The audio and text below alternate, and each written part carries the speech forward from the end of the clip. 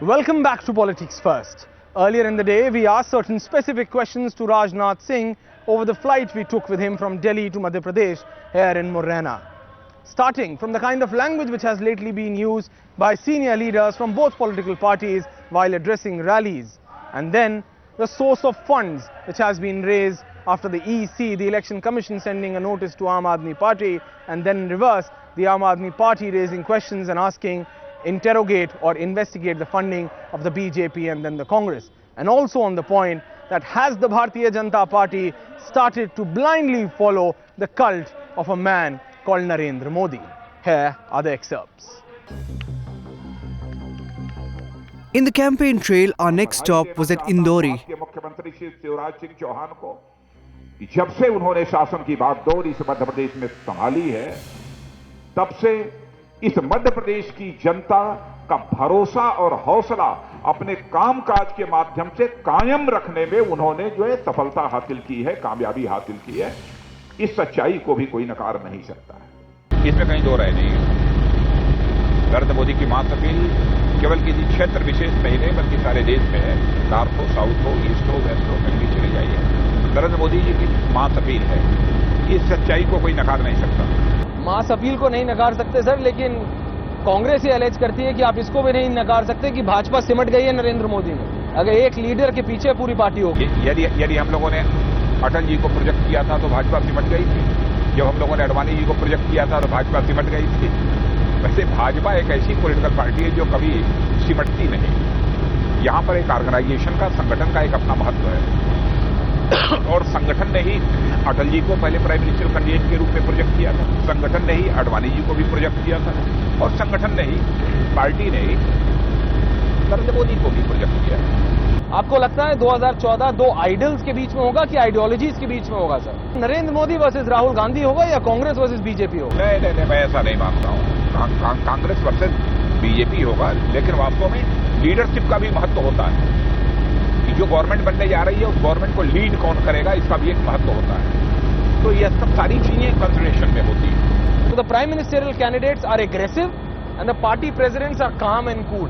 वो सटली निकाल ले जाते हैं, लेकिन प्राइम मिनिस्टरियल कैंडिडेट आपस में बिल्कुल लड़ भिड़ रहे हैं बुरी तरह। Is it a strategy sir? हमारा प्राइम मिनिस्टर कैंडिडेट जो है वो एग्रेसिव नहीं है। हमारे नरेंद्र मोदी में किसी प्रकार का कोई एग्रेशन नहीं। यदि एग्रेशन देखने को नहीं मिलेगा तो भारत की प्रतिष्ठा पर यदि कोई आंच पहुंचाने की कोशिश करेगा तो उसके लिए एग्रेशन दिखाई देगा। भारत में गरीबी बढ़ रही है, बेरोजगारी बढ़ रही है, यह दूर होनी चाहिए, इसके लिए एग्रेशन उनका दिखाई देगा। आपको लगता है शिवराज सिंह चौहान दोबारा जीत जाएगा? तिवारा जीतेगा। बिल्कुल नहीं। आप बताइए, आपके हिसाब से शिवराज सिंह चौहान ने क्या किया है आम आदमी के लिए, आपके लिए? बीपीएल कार्ड भी बनवाए हैं और विधवा पेंशन भी करवाई है और सड़क, बिजली, पानी का भी सुविधा दिया, स्वास्थ्य की दी है। Final rally of the day at Gwalior, the Scindia Bastion.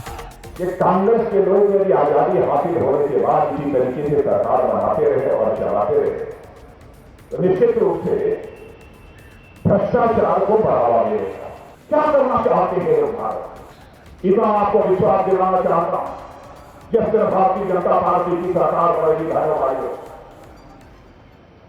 उस दिन यदि इस प्रकार की नापाक हरकतें यदि की जाएंगी तो हम अपने सेना के जवानों को खुला हाथ देंगे ताकि वो हमें शौर्य और पराक्रम का परिचय दें। This is the last rally point of Rajnath Singh in Madhya Pradesh. This is Gwalior, the city centre of Gwalior, and you could see hundreds and thousands of people have gathered here to listen Rajnath Singh here.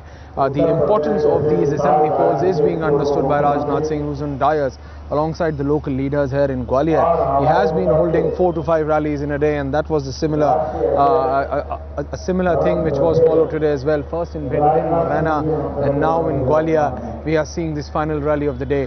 Rajnath Singh has been very critically analysing and using a mixture of local as well as national political issues. बहनों भाइयों के संकट के भंवर में फंसा हुआ और संकट से भविष्य को निकाल सकता है। आप सबके सहयोग से हम लोग इसके लिए वचनबद्ध हैं, प्रतिबद्ध हैं, हम इसको निकालने की कोशिश करेंगे। Thank you, sir. Over here, we bid goodbye to the BJP president. He was calling it a day, and so were we. समय देने के लिए बहुत बहुत धन्यवाद राजनाथ जी। सर, एक दिन में 4 रैली इस तरह से चलती रहेंगी, लेकिन एक आखिरी टाइम इतनी रैली आपने देखा, आपका परसेप्शन क्या है? मध्य प्रदेश में दोबारा आएगी भाजपा सरकार? आपने देखा कि ग्वालियर की जो सभा थी वो कितनी शानदार सभा थी, और वैसे ही एक जनता के बीच माहौल बना हुआ है। जनता चाहती है कि इस बार मध्य प्रदेश की सरकार भी जीत की हैट्रिक बनाए, और केवल जनता के मूड को देखने के बाद ही मैं नहीं कह रहा हूं, बल्कि जितनी भी सर्वे एजेंसीज ने भी जो तो अब तक ओपिनियन पोल के रिजल्ट्स दिए हैं, उस आधार पर भी यह बात कही जा सकती है विश्वास के साथ कि यहां पर भारतीय जनता पार्टी की पुनः सरकार बन रही है। Well, that's it in this special edition of Politics First. We spent more than 20 hours with the BJP National President Rajnath Singh while he was going through several rallies in a day in the state of Madhya Pradesh. It has been a long day for the BJP National President, but the sense which we got from the BJP top leadership is that they understand it's not going to be a cakewalk for them this time around in these central Indian states of Madhya Pradesh and Chhattisgarh.